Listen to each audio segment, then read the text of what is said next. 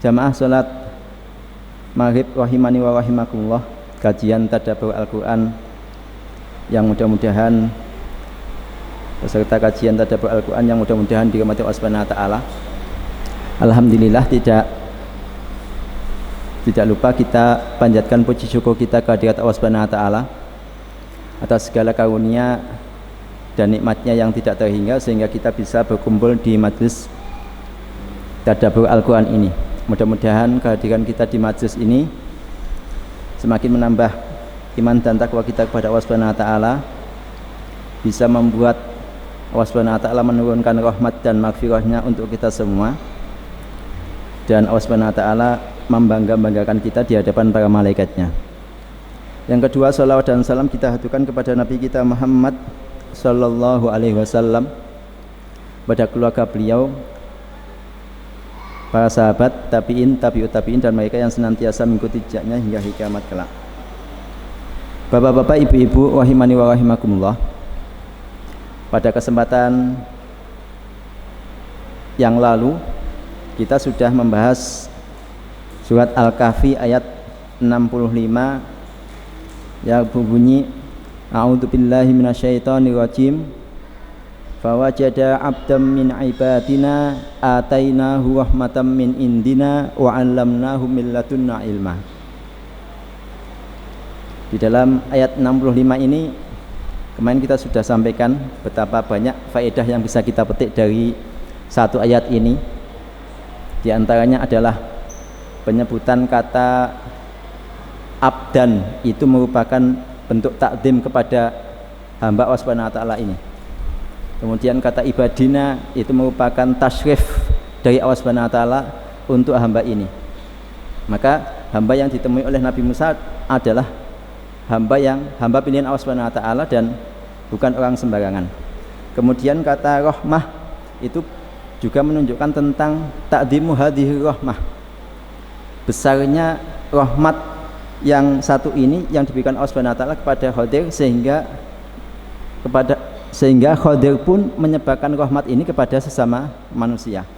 Kemudian yang ketiga adalah ilmah, penyebutan kata ilma dengan nakirah itu juga menyebutkan tentang ta'dzimu hadal ilm, bahwa ilmu yang diajarkan Allah Subhanahu wa taala ini bukan ilmu sembarangan. Hatta Nabi Musa sekalipun tidak diberikan ilmu yang istimewa ini. Dan kemarin kita juga menyampaikan bahwa satu ayat ini, ayat 55 ini, ayat 65 ini mengandung tentang sifatul mu'allim yang sezogzanya dimiliki oleh seorang mu'allim, seorang guru, seorang ustadz, seorang kiai, yaitu yang pertama adalah dia hendaknya menjadi ahlul ibadah, orang yang memiliki hubungan yang intens dan erat dengan Allah Subhanahu wa taala, yang itu diambil dari kata-kata abdan min ibadina, yang ini berarti Khadir sebagai gurunya Nabi Musa, beliau adalah hamba Allah Subhanahu wa taala yang taat. Kemudian yang kedua, sifat yang kedua adalah ahlur rahmah. Ahlur rahmah ini bisa kita bahasakan seorang guru hendaknya memiliki perilaku, adab, akhlak yang mulia. Kalau Imam Ibnu Taimiyah itu mengatakan man faqaka fil ahlaki faqaka fiddin. Siapa yang mengunggulimu dalam hal akhlak, maka secara otomatis dia mengunggulimu dalam agama. Maksudnya tingkatan kita di sisi Allah Subhanahu wa taala ditentukan dengan akhlaknya. Dan yang ketiga, ahlul ilmi, diambil dari kata wa 'allamnahu min ladunna ilma. Seorang guru hendaknya senantiasa menambah wawasannya, menambah pengetahuannya, dan tidak berhenti untuk belajar. Dan faedah yang lain adalah dari ayat 65 kita bisa menjadikan ayat ini sebagai doa. Doa tadi berbunyi Allahumma atini min ladunka rahmah, ya Allah berikanlah rahmat khusus, rahmat istimewa, rahmat yang agung dari sisimu, wa alimni min ladunka ilma, dan ajarkanlah kepadaku satu ilmu yang besar, satu ilmu yang luas, satu ilmu yang tidak diberikan kepada seluruh hamba-hambamu. Tidak semua hamba-hambamu engkau berikan. Bapak-bapak, ibu-ibu, rahimani wa rahimakumullah. Maka setelah Nabi Musa melakukan pencarian dan menemukan sang guru ini, Al-Quran langsung membahas tentang pernyataan Nabi Musa yang ingin belajar kepada Khadir. Allah Subhanahu wa ta'ala mengabadikan di dalam ayat 66. Allah Subhanahu wa ta'ala berfirman, a'udzu billahi minasyaitonir rajim. Qala lahu Musa, hal attabi'uka ala an tu'allimani mimma 'ullimta rusyda. Qala lahu Musa, hal attabi'uka ala an tu'allimani mimma 'ullimta rusyda. Bapak-bapak, ibu-ibu, rahimani wa rahimakumullah.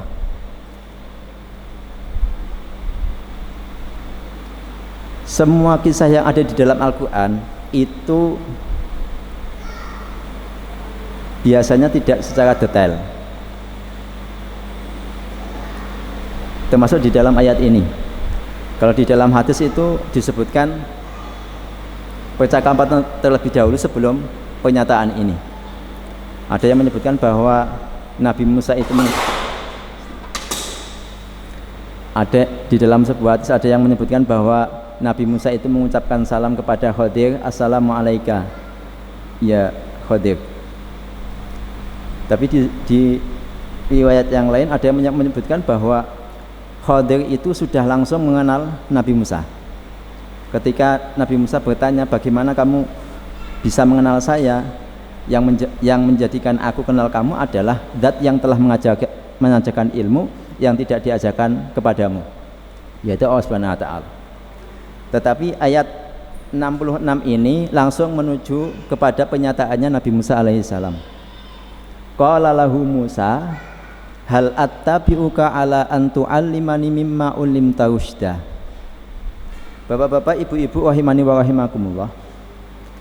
Di dalam rangkaian ayat-ayat ini, di dalam rangkaian satu ayat ini, itu ada banyak faedah yang bisa kita petik. Pada malam hari ini kita hanya akan mengkaji apa yang disebutkan oleh Imam Ar-Razi di dalam bukunya Mafatihul Ghaib juz 21 halaman 483 sampai 484. Beliau menyebutkan sekitar ada 12, kemudian nanti bisa kita ringkas menjadi 10. Yang ini hanya membahas tentang redaksi penyataan Nabi Musa alaihissalam.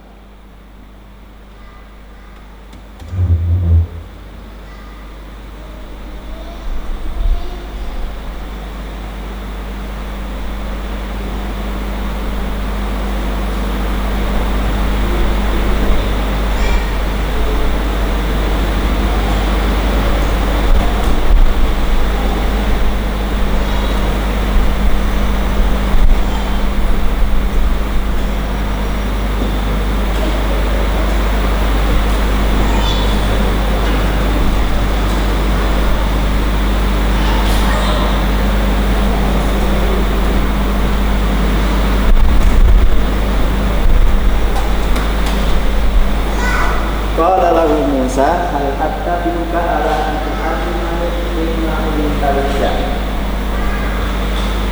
Faedah pertama itu bisa kita ambil dari kata-kata hal attabi'uka. Hal attabi'uka. Kata-kata hal attabi'uka ini itu mengandung setidaknya dua hal. Yang pertama adalah bahasanya Imam Ar-Razi, beliau mengatakan annahu ja'ala nafsahu taba'an lahu li'annahu qala hal attabi'uka. Dengan kata-kata hal attabi'uka ini Nabi Musa mengikrarkan dirinya untuk mengikuti sang guru. Faedah ini bisa memberikan pelajaran bahwa seorang murid hendaknya mengikuti ustadznya, mengikuti gurunya. Dia harus memiliki orang yang bisa membimbing dia di dalam belajar, dan itu dilakukan oleh Nabi Musa. Hal attabi'uka.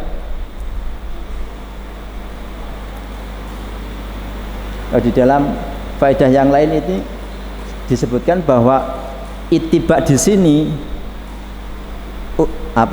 upaya Nabi Musa untuk mengikuti Khadir alaihi wasallam itu adalah untuk berkhidmah, lil hikmah, untuk berkhidmat, untuk membantu keperluannya Khadir alaihi salam. Itu yang pertama. Hal attabi'uka itu mengandung faedah bahwa Nabi Musa itu sudah mengikrarkan sejak awal bahwa beliau ingin mengikuti Khadir apapun konsekuensinya. Apapun konsekuensinya. Dan kita tahu setelah ayat fawajada abdam min ibadina itu nanti redaksi ayat yang menceritakan perjalanan setelah ini itu adalah antara Nabi Musa dengan Khadir berdua saja. Yusha bin Nun itu sudah tidak diceritakan lagi di dalam Al-Quran. Fantolako mereka kemudian mereka berdua berjalan yang dimaksud adalah Nabi Musa dan Khadir. Nabi Musa sejak awal sudah mengikrarkan untuk mengikuti Khadir alaihissalam. Kemudian yang kedua, bapak-bapak, ibu-ibu, hal attabi'uka ini mengandung faedah yang kedua ya, mengandung husnul adab. Husnul adab, adab yang baik dari Nabi Musa kepada Khadir.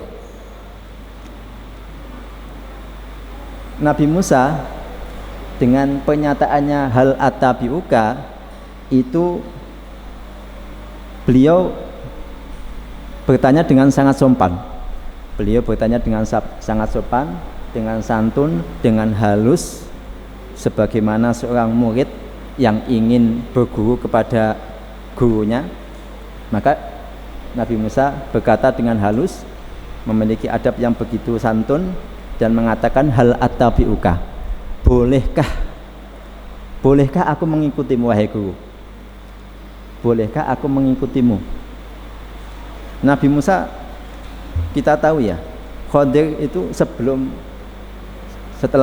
pertemuan itu kan dia sudah tahu. Nah, Musa kalimullah, Musa Bani Israel, seorang nabi yang pernah diajak bicara Allah Subhanahu wa taala, seorang nabi yang menjadi seorang rasul yang menjadi rasulul azmi, seorang rasulul azmi yang mendapatkan kitab Taurat, tetapi dengan kerendahan hatinya, dengan adab sopan santunnya, dia mengatakan dengan begitu lembut kepada sang guru, hal attabi'uka, bolehkah aku mengikutimu? Beliau tidak menggunakan redaksi kata-kata yang menyebutkan jadikanlah aku sebagai muridmu. Tidak. Beliau memberikan penawaran, aku boleh ikut atau tidak?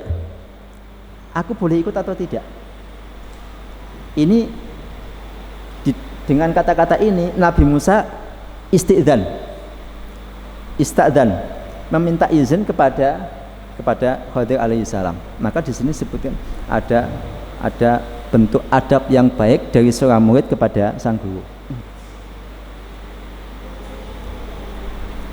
Dan Nabi Musa juga tidak mengatakan bahwa aku diberitahu oleh Allah Subhanahu wa taala. Seharusnya kan bisa saja Nabi Musa memberitahukan kepada Khadir, aku diperintahkan Allah Subhanahu wa taala untuk bertemu dan belajar kepada Anda wahai Khadir. Tapi tidak. Yang digunakan oleh Nabi Musa adalah hal attabi'uka, bolehkah aku mengikutimu wahai guru?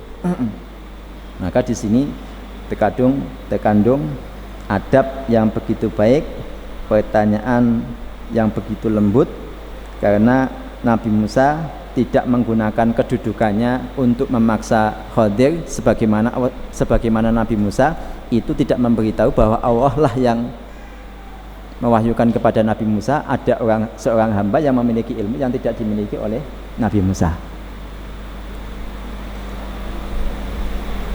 Sebagaimana dalam sebuah hadis itu ada orang yang bertanya kepada sahabatnya, apakah kamu bisa memperlihatkan kepadaku bagaimana cara Rasulullah SAW berwudu? Ketika ada seorang sahabat ingin bertanya kepada sahabat yang lain yang lebih tahu tentang tata cara Rasulullah SAW berwudu, sahabat tadi bertanya, apakah kamu bisa memperlihatkan kepadaku bagaimana cara Rasulullah SAW berwudu? Ketika seseorang itu bertanya dengan lembut, maka sangat sulit kalau ditolak oleh gurunya. Gurunya tentunya dengan senang hati akan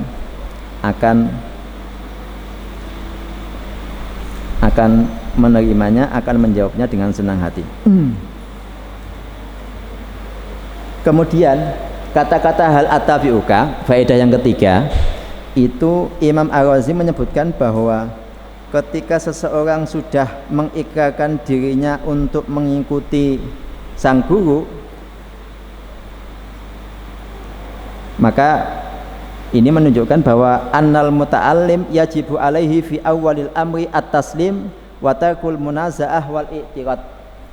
Harus pasrah, harus patuh, harus taat kepada sang guru dan tidak boleh membantah.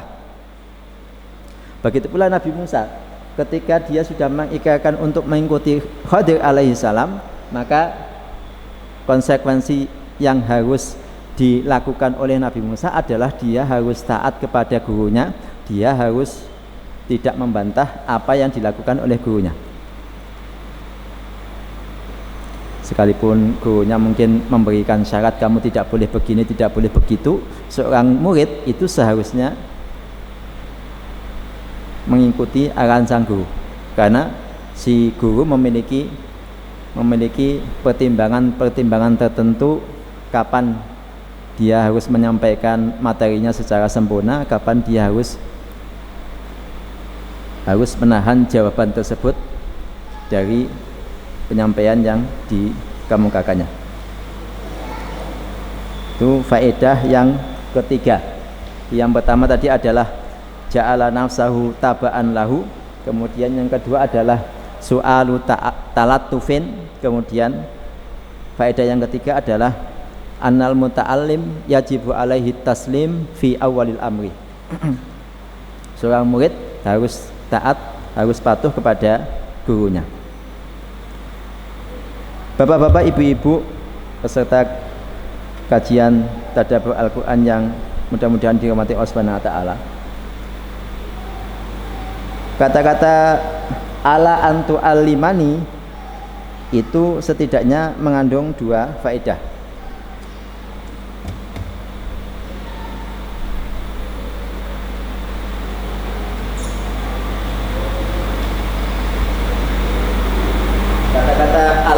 Alimani itu setidaknya mengandung dua faedah. Faedah yang pertama adalah ikrarun ala nafsihi bil jahli wa bi ustadihi bil ilmi.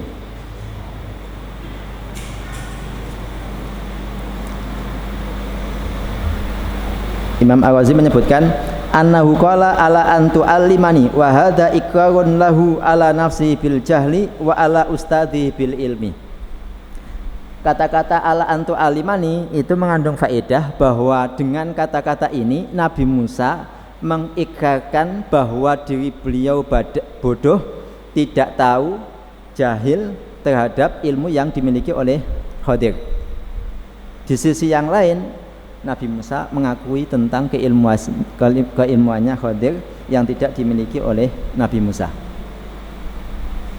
Kita bisa bayangkan ya, kalau secara individu kedudukannya Nabi Musa alaihi salam dibandingkan Khadir di sisi Allah Subhanahu wa taala itu lebih utama.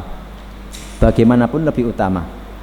Karena Khadir itu masih diperdebatkan statusnya apakah sebagai seorang soleh ataukah seorang nabi.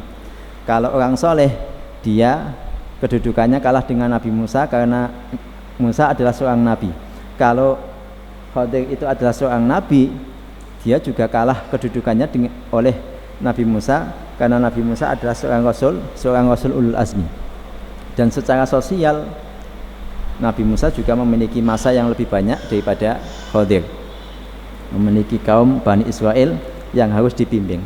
Tetapi ketika ingin belajar kepada Khadir, Nabi Musa dengan kerendahan hatinya dia membuat pernyataan ala antu alimani, yang kata-kata ini memberikan makna bahwa aku ini mengaku bahwa aku ini tidak tahu apa-apa, sementara engkau wahai guru itu tahu.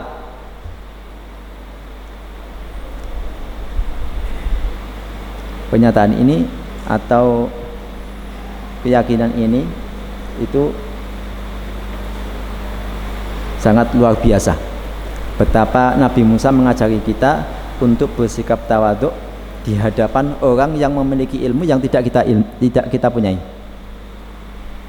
Karena dengan perasaan seperti inilah, dengan perasaan rasa butuh terhadap ilmu, dengan perasaan tawadhu inilah kita bisa menyerap ilmu yang disampaikan oleh ustadz yang menyampaikan. Ala antu al-limani mimma ulim tarusda. Itu faedah yang keempat. Kemudian kata hal attabi'uka ala antu al-limani mimma ala antu al-limani itu mengandung faedah yang kelima, yaitu tentang la ghardha li illa talabul ilmi.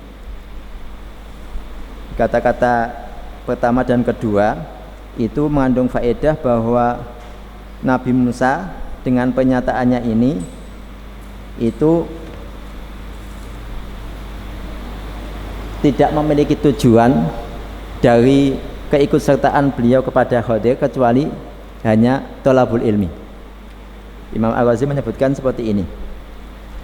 Annahu qala hal attabi'uka ala an tu'allimani falam yatlub ala tilkal mutaba'ah ala ta'limi syai'an kana qala la atlubu minka ala hadhil mutaba'al mal wal jah wala ghadha li illa talabul ilmi. Jadi keikutsertaan Nabi Musa kepada Khadir itu bukan untuk mendapatkan harta, untuk memperoleh kedudukan, tetapi hanya untuk mendapatkan tambahan ilmu dari Khadir. Sekalipun kalau kita membersamai seorang alim, orang yang dihormati, orang yang dimuliakan, kita akan mendapatkan manfaatnya. Tetapi bukan itu yang ingin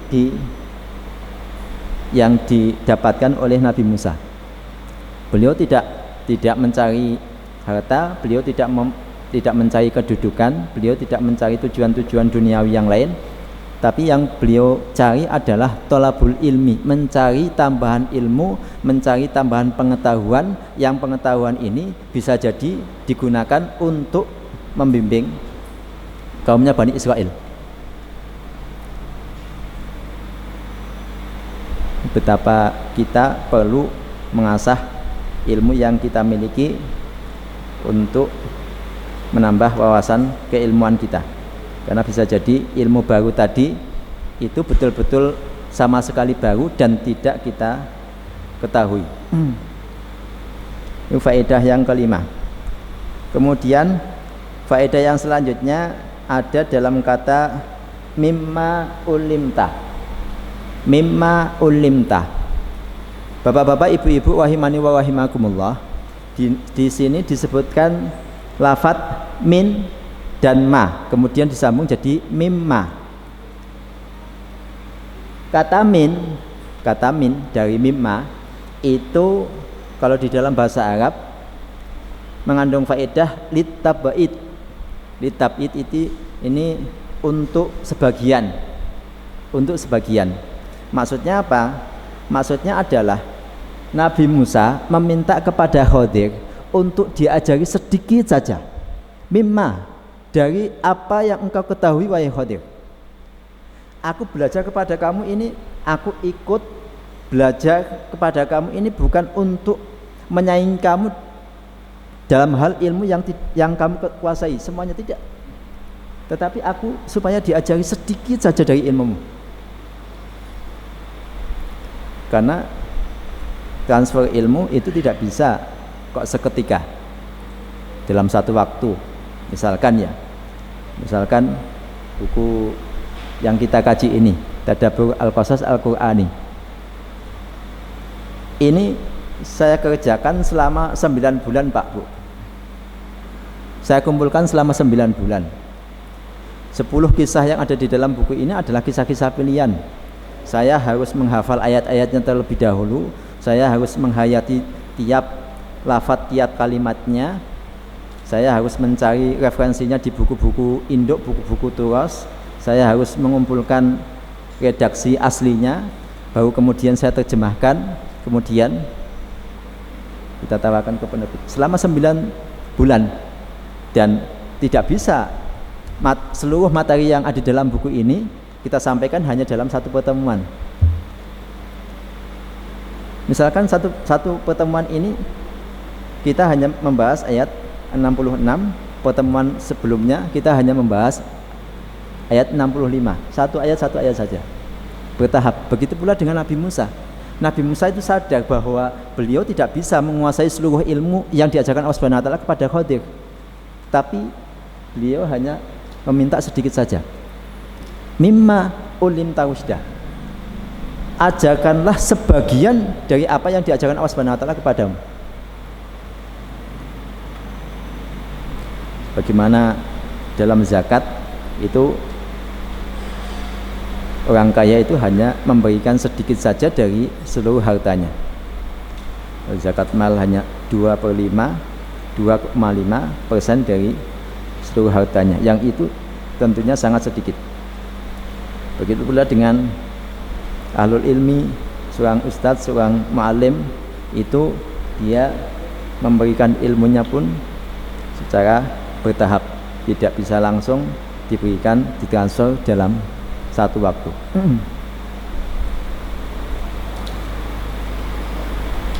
Ini luar biasa.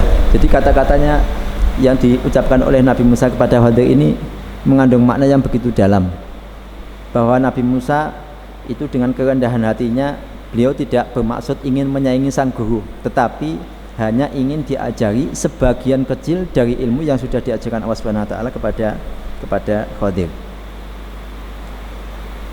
Bapak-bapak, ibu-ibu, rahimani wa rahimakumullah, adakah faedah yang lain yang terkandung di dalam ayat ini? Masih ada. Kata-kata ulimta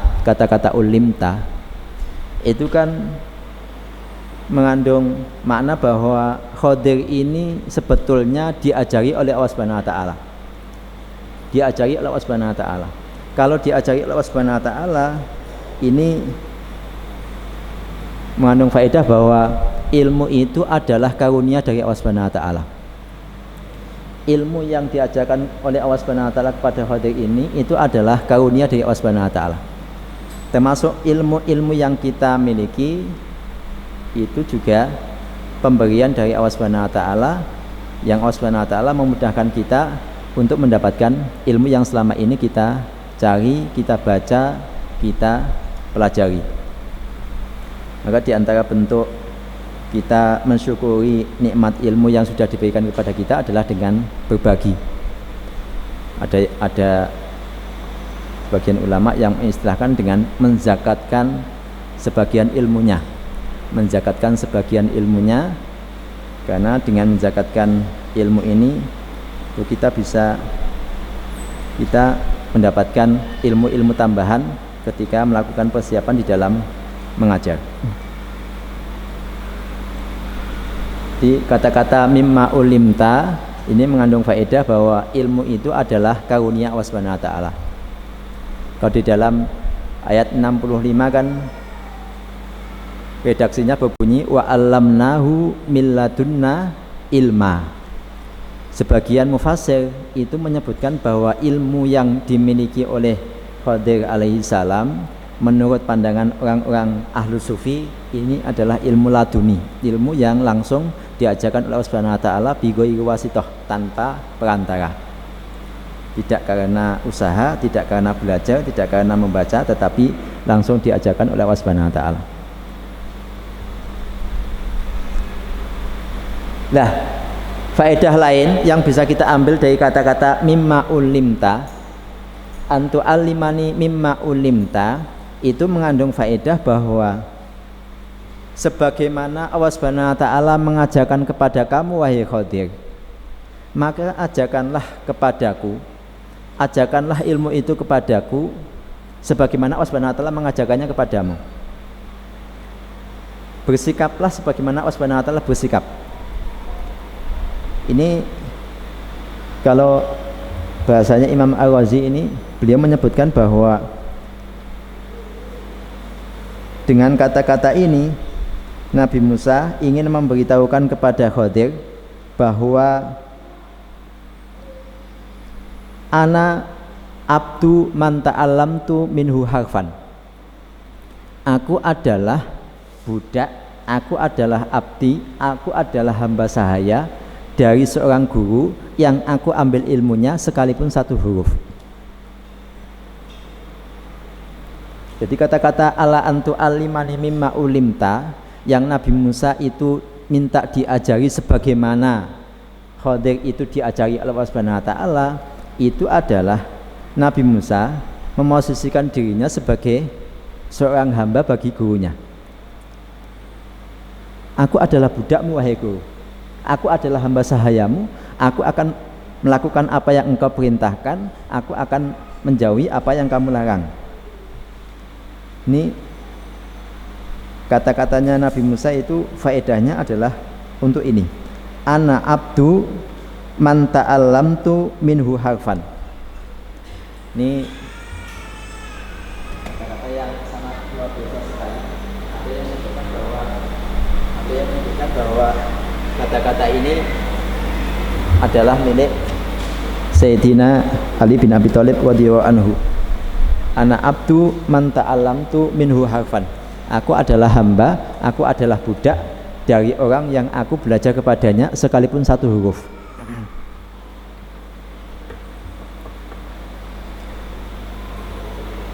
Kalau bapak kita itu adalah bapak biologis, kalau guru-guru kita, ustadz-ustadz kita, mu'alim-mu'alim kita itu adalah bapak ideologis. Dalam bahasa Arab itu ubuah diniyah, bapak secara din, secara agama, karena dialah yang membimbing kita ke jalan yang diridhai Allah Subhanahu wa taala.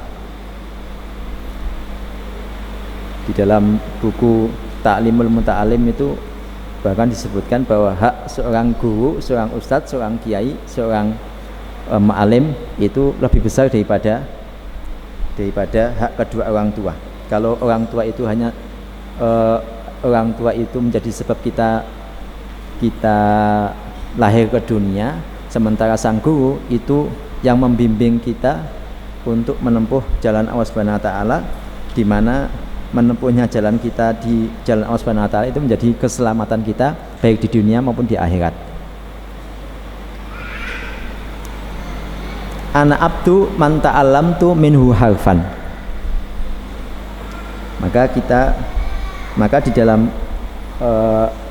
dalam kata-kata Nabi Musa ini mengandung faedah bahwa beliau sangat menghormati gurunya. Beliau sangat menghormati gurunya, beliau sangat respect, beliau sangat ikram, menghormati, memuliakan sang guru. Ini perlu kita tiru. Di antara bentuk kita memuliakan guru adalah kita mengucapkan salam ketika bertemu, kemudian mendengarkan nasihatnya, kemudian tidak menceritakan aib-aibnya kalau ada. Karena para salaf dulu itu berdoa kepada Allah Subhanahu wa taala, ya Allah, tutupilah aib syekhku, aib guruku, aib mu'alimku dari pandanganku, supaya aku tetap menghormati beliau, supaya beliau tetap menjadi orang yang aku segani. Termasuk bentuk pemuliaan kita kepada guru-guru kita itu adalah dengan berdoa, dengan mendoakan beliau supaya diberi kesehatan, supaya diberi umur panjang, supaya bisa mengajarkan ilmu-ilmu yang sudah diajarkan, yang diberikan Allah Subhanahu wa taala kepada dia. Imam Abu Hanifah itu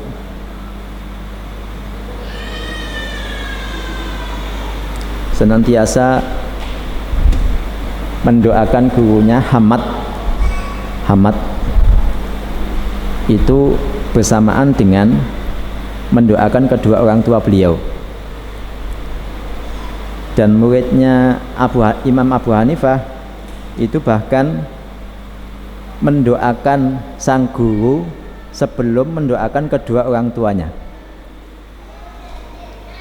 Dan Imam Ahmad bin Hambal itu selama 30 tahun beliau senantiasa mendoakan sang guru yaitu Imam Asy-Syafi'i, dan beliau beristighfar untuk beliau, mendoakan kebaikan-kebaikan untuk gurunya Imam Syafi'i dan memohonkan ampun untuk sang guru selama 30 tahun.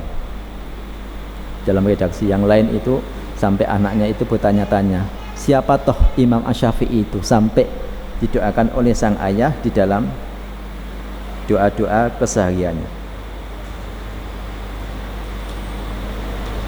Bapak-bapak, ibu-ibu, rahimani wa rahimakumullah. Tersisa yang terakhir yaitu kata-kata rusda. Rusda ini bisa diartikan petunjuk, bimbingan. Yang Nabi Musa ini dengan pernyataan kata-kata rusda ini meminta supaya dibimbing oleh Khadir alaihissalam, meminta dibimbing oleh sang guru. Rusda ini adalah sesuatu yang tanpanya seseorang itu bisa tersesat.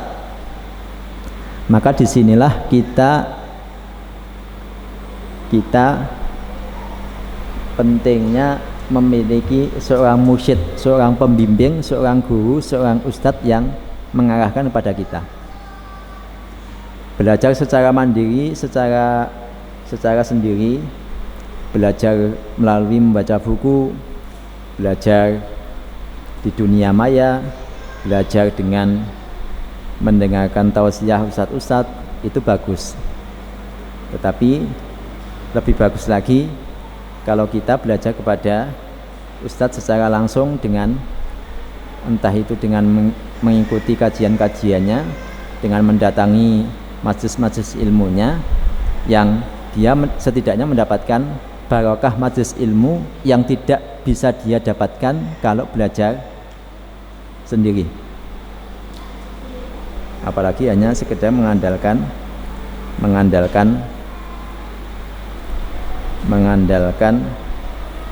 dunia maya.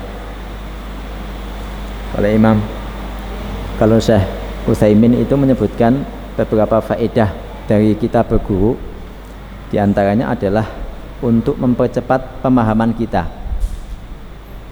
Terkadang kita membaca sendiri itu tidak paham, tetapi ketika diajari oleh ustadz, karena ustadz ini sudah menguasai ilmu yang ada di dalam kitab itu, si santri, si murid itu lebih cepat paham daripada dia membaca sendiri. Ini merupakan shortcut, jalan pintas bagi seorang murid untuk memahami apa yang tidak dia pahami. Sebagaimana kita mungkin di majelis ini, kita mungkin tidak menyangka bahwa dari satu ayat 66 ini ternyata mengandung banyak faedah, dari kata hal atabiuka, dari kata hal ala antu alimani, dari kata mimma, dari kata ulimta, dari kata rusda. Nah maka ini adalah kata-kata yang luar biasa, yang memang pantas diabadikan oleh Allah Subhanahu wa taala di dalam Al-Qur'an, karena ini mengandung adab yang begitu baik dari Nabi Musa kepada sang guru yaitu Khadir alaihi salam. Bapak-bapak, ibu-ibu, rahimani wa rahimakumullah, sebagai penutup, Imam Ar-Razi itu menyebutkan bahwa dengan ketinggian derajat dan keilmuan yang dimiliki oleh Nabi Musa, itu tidak menjadikan Nabi Musa malu untuk belajar kepada orang yang lebih berilmu daripada beliau. Ini mengandung faedah bahwa semakin tinggi ilmu seseorang, itu seharusnya penghormatan dia atau kecintaan dia atau kebahagiaan dia dalam mendapatkan satu ilmu baru itu lebih membahagiakan hatinya.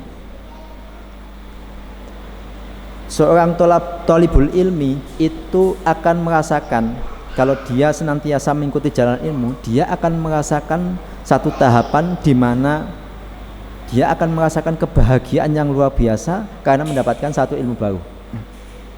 Dan inilah yang dirasakan oleh Nabi Musa. Dengan ketinggian derajat beliau di sisi Allah Subhanahu wa taala, dengan kedudukan sosial beliau di tengah-tengah Bani Israel, itu beliau lebih nikmat mendapatkan ilmu dari orang lain daripada mengandalkan ilmu yang sudah beliau miliki. Kemudian yang kedua adalah ta'dhimuhu li arbabil ilmi akmal wa asyad. Semakin orang itu mengetahui kedudukan ilmu, bahwa ilmu itu penting, ilmu itu itu menjadi sarana penting di dalam kita berjalan menuju Allah Subhanahu wa taala, yang dengan ilmu tadi Allah Subhanahu wa taala itu mempermudah kita jalan menuju ke surga, maka penghormatan seorang Nabi Musa li arbabil ilmi, kepada pemilik-pemilik ilmu, kepada mu'alim-mu'alim, kepada ustadz-ustadz, akmal wa asyad, lebih sempurna dan lebih kuat. Maka ini yang seharusnya kita miliki, apalagi kalau tingkatan kita siapapun kita, tentu tingkatan ilmunya masih rendah dibandingkan dengan Nabi Musa. Tetapi Nabi Musa mengajari kita supaya yang pertama tadi adalah mendapatkan kebahagiaan kalau kita mendapatkan ilmu baru. Kemudian yang kedua adalah kita mengagungkan para pemilik ilmu dengan sebaik-baiknya. Karena di antara cara musuh-musuh Islam untuk meruntuhkan Islam itu sendiri, salah satunya dari sisi pendidikan. Sisi pendidikan yang diserang oleh mereka salah satunya adalah dengan membuat ustadz-ustadz, guru-guru itu tidak dihargai di tengah-tengah masyarakat. Tidak dihargai, direndahkan, atau mungkin dikucilkan. Itu adalah salah satu sarana yang dilancarkan oleh musuh-musuh Islam di dalam menghancurkan Islam. Ada dari sisi kekeluargaan, yaitu dengan merusak kaum Hawa, ibu-ibu. Kemudian dari sisi taklim itu adalah dengan menjadikan guru-guru itu tidak dihormati dengan semestinya, padahal guru-guru inilah yang menjadi pelita umat, yang akan membimbing umat ke jalan Allah Subhanahu wa taala. Mungkin hanya ini yang bisa kami sampaikan, mudah-mudahan bermanfaat. Ini hari Jumat malam dan hari Jumat, maka hendaknya kita membaca surat Al-Kahfi, dan ketika kita membaca ayat-ayat tentang kisah Nabi Musa, kita hadirkan lagi apa faedah yang bisa kita ambil supaya kita bisa petik, karena inti tadabbur itu adalah mengambil ilmu baik secara teori maupun secara amal. Mungkin hanya ini yang bisa kita sampaikan. Mudah-mudahan bermanfaat. Kalau ada kebaikannya itu dari Allah Subhanahu wa taala, kalau ada kesalahan dan tutur kata yang tidak berkenan itu dari saya pribadi. Astaghfirullah li wa lakum. Subhanakallahumma wa bihamdika asyhadu an la ilaha illa anta astaghfiruka wa atubu ilaik. Assalamualaikum warahmatullahi wabarakatuh.